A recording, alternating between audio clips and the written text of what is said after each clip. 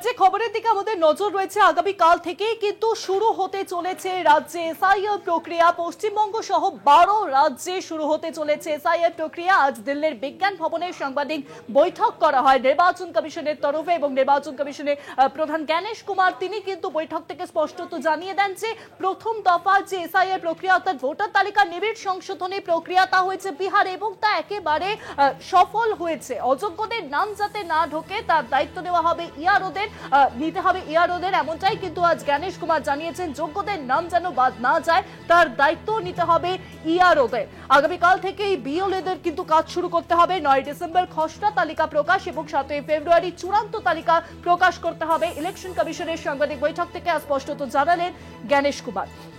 আগামীকাল থেকেই শুরু হতে চলেছে 12 রাজ্যে এসআইআর প্রক্রিয়া। পশ্চিমবঙ্গ, তামিলনাড়ু, উত্তরপ্রদেশ, রাজস্থান, ছত্তিশগড়, গোয়া, গুজরাট, কেরল, লক্ষদ্বীপ, মধ্যপ্রদেশ, পদুচেরি এবং আন্দামান নিকোবর। আরো জানাবেন এখন সরাসরি রয়েছেন প্রতিনিধি সত্য সুন্দর ভট্টাচার্য। সত্যদা, আজকে নির্বাচন কমিশনের তরফে এসআইআর প্রক্রিয়া নিয়ে ঠিক আর কি কি বলা হয়েছে, দায়িত্ব কাদেরকে নিতে হবে এবং কবে খসড়া তালিকা প্রকাশ হবে, একটু স্পষ্ট বিস্তারিত জানা আমাদের দর্শকদের।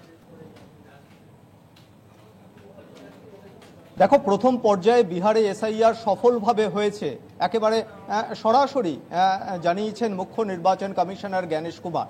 দ্বিতীয় পর্যায়ে 12টি রাজ্যে এই এসআইআর এর ঘোষণা আজকে তিনি করেছেন এবং সেটা আগামী 4 নভেম্বর থেকে শুরু হতে চলেছে এসআইআর এর প্রক্রিয়া। 4 নভেম্বর থেকে আগামী 4 ডিসেম্বর অর্থাৎ 30 দিন, 1 মাস সময় এই এসআইআর প্রক্রিয়া চলবে।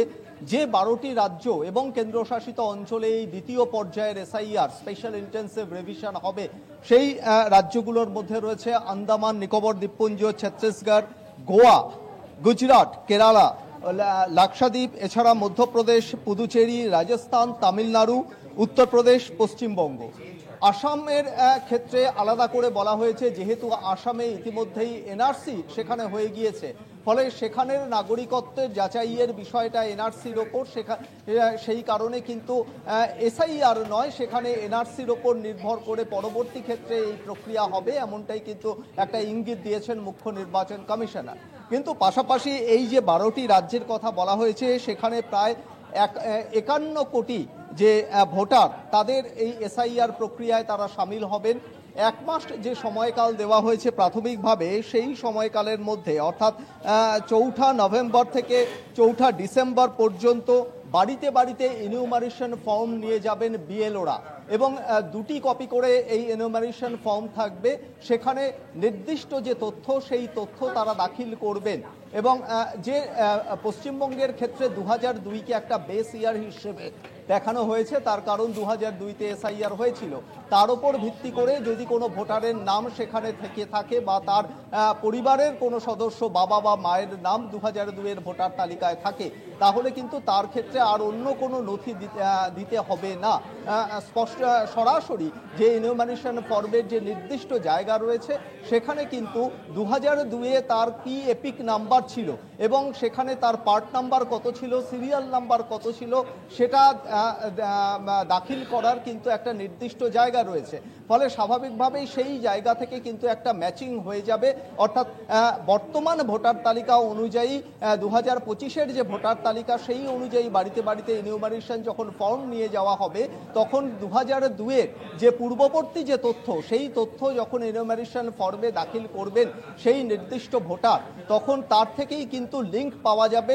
নির্বাচন কমিশনের যে নির্দিষ্ট ওয়েবসাইট রয়েছে, সেই ওয়েবসাইট মাধ্যমে লিঙ্ক পাওয়া গেলে সরাসরি কিন্তু যে নতুন ভোটার তালিকা অর্থাৎ যে খসড়া ভোটার তালিকা হবে, সেই খসড়া ভোটার তালিকাতে কিন্তু তার নাম সহজেই থাকবে। এবং যে খসড়া ভোটার তালিকা হবে তার আগে কিন্তু 4 ডিসেম্বর পর্যন্ত যে এই এসআইআর প্রক্রিয়া চলবে, তারপর 9 ডিসেম্বর কিন্তু একটা ড্রাফট পাবলিকেশন অর্থাৎ খসড়া ভোটার তালিকা হবে এবং তার উপর ভিত্তি করে তার পরবর্তী অর্থাৎ 9 ডিসেম্বর থেকে 8ই জানুয়ারি পর্যন্ত যে সময়কাল, সেখানে নির্দিষ্ট ভোটার যদি তার নাম সেই খসড়া ভোটার তালিকায় না থাকে, সে বিষয়ে তার যদি কোনো আপত্তি থাকে বা কোনো রকম অভিযোগ থাকে, সেটা তিনি সরাসরি কিন্তু দাখিল করতে পারবেন যে নির্দিষ্ট যে ইআরও রয়েছেন, ইলেকশন রেজিস্ট্রেশন অফিসার, বা পরবর্তী ক্ষেত্রে তিনি কিন্তু তিনি ডিইও বা একেবারে মুখ্য নির্বাচন আধিকারিকের কাছেও কিন্তু সেই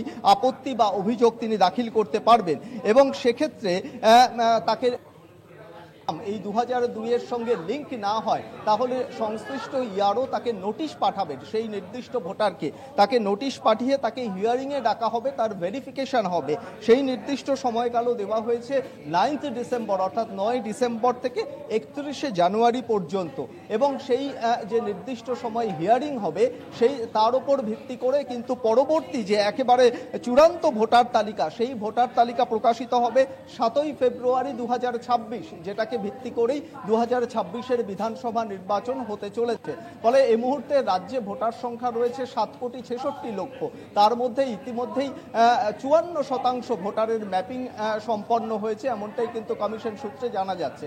ফলে একেবারে যে নির্দিষ্ট সময়কাল দেওয়া হয়েছে, অর্থাৎ 4 নভেম্বর থেকে যে এসআইআর প্রক্রিয়া শুরু হচ্ছে, 4 নভেম্বর থেকে 4 ডিসেম্বর পর্যন্ত এই 1 মাস সময়কালের মধ্যে বিএলওরা সেখানে যাবেন এবং সেখানে প্রত্যেকে ভোটারের বাড়িতে যাবেন এবং সেখানে তারা ইনিউমারেশন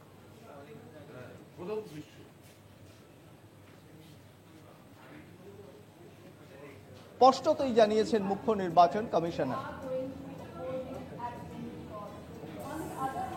অনেক ধন্যবাদ সত্যদা। সরাসরি ছিলেন প্রতিনিধি সত্য সুন্দর ভট্টাচার্য।